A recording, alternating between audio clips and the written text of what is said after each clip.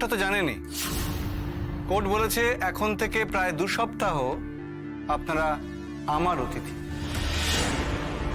আমি আমার বাচ্চাকে আমার সঙ্গে রাখবো। ভাববেন না, ভালো আছে, ওখানেই আছে। আমাদের তানিয়া ম্যাডামের সঙ্গে ও দারুণ জমিয়ে গল্প করছে। ও কিন্তু ইন্টারেস্টিং সব গল্প বলছে। হ্যাঁ, ও কিন্তু দারুণ ইন্টেলিজেন্ট মেয়ে। ওর একটা দারুণ ক্ষমতা আছে জানেন তো। মেয়েটা খুব ইন্টেলিজেন্ট, যা শোনে সব মনে রাখে, আর আদর করে জিজ্ঞেস করলে সব বলে দেয়। মানে কি জিজ্ঞেস করছেন? না, এটা কিন্তু আপনারা করতে পারেন না। না, একটা বাচ্চাকে আপনারা এভাবে ইউজ করতে পারেন না।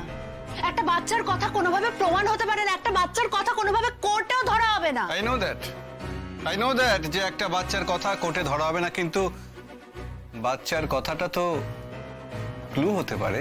অফিসার না, আপনি দিয়াকে এক্ষুনি নিয়ে আসুন। ও আমার সঙ্গে থাকবে, ও আর কোথাও কারোর সাথে থাকবে না। Please okay shut up! একদম চুপ, বসুন বসুন ওখানে বসুন।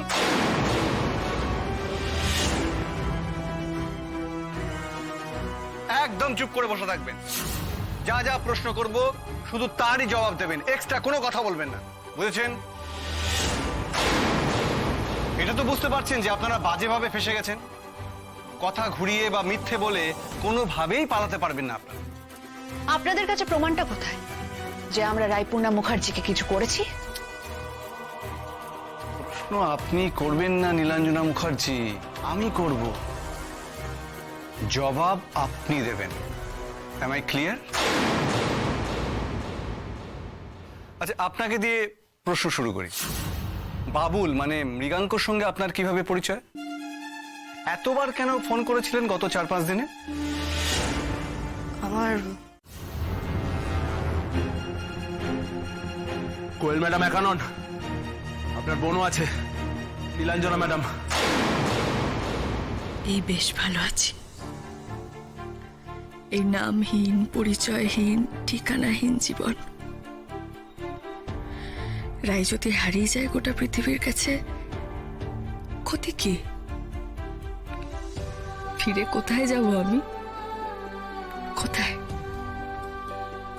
এমন একটা পরিবারে যেখানে কেউ কাউকে বিশ্বাস করে না, যেখানে বোন মায়ের পেটের বোনকে প্রাণে মেরে ফেলতে পারে, সেখানে ভালোবাসার জন অবিশ্বাসের চশমা পরে দেখে।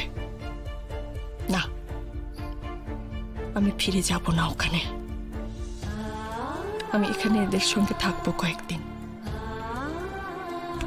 সুস্থ হলে নিজের মতো যেখানে পারবো চলে যাব। রায়পূর্ণা মুছে যাক পৃথিবী থেকে,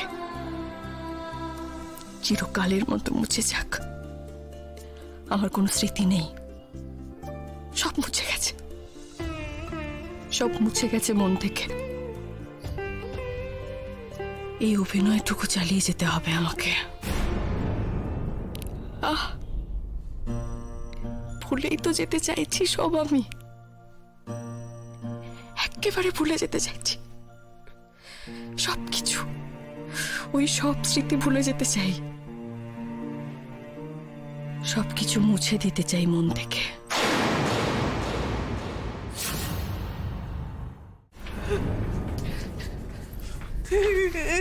দাদাভাই, মা, বৌমনি, অফিসার আমাদের সকলকে এভাবে এখানে ডেকে পাঠালো কেন? কি ব্যাপার, কি বলবেন, কিছু জানো? না, কিচ্ছু জানতে চাই না, কিচ্ছু না, কিচ্ছু জানার দরকার নেই। আমার কিচ্ছু জানার ইচ্ছে নেই।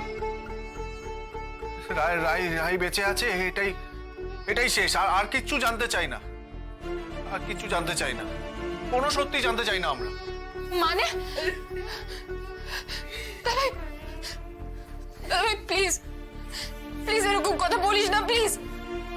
দিদিভাই কিছু হয়নি, ওর কিছু হতে পারে না, কিছু হতে পারে না দিদিভাইয়ের।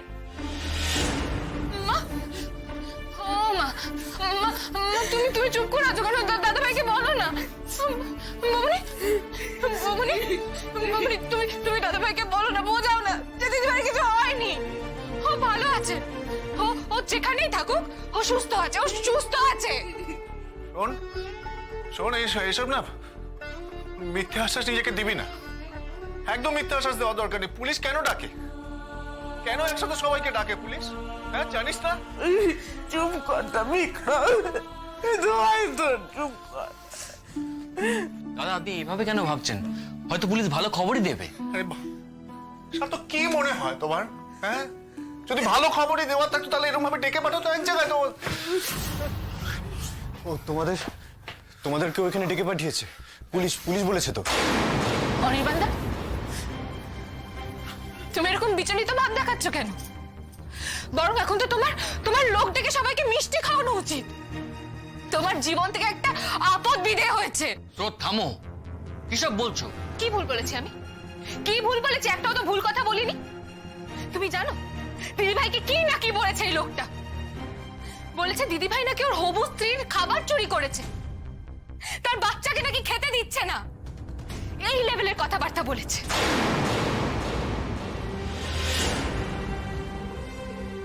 অনির্বাণদা, জানো তো দিদিভাই একটা ভুল করেছে। তোমার মতন একটা লোকের সাথে ঘর করেছে ও, তোমার মতন একটা নোংরা মনের সুবিধাবাদী লোকের সাথে।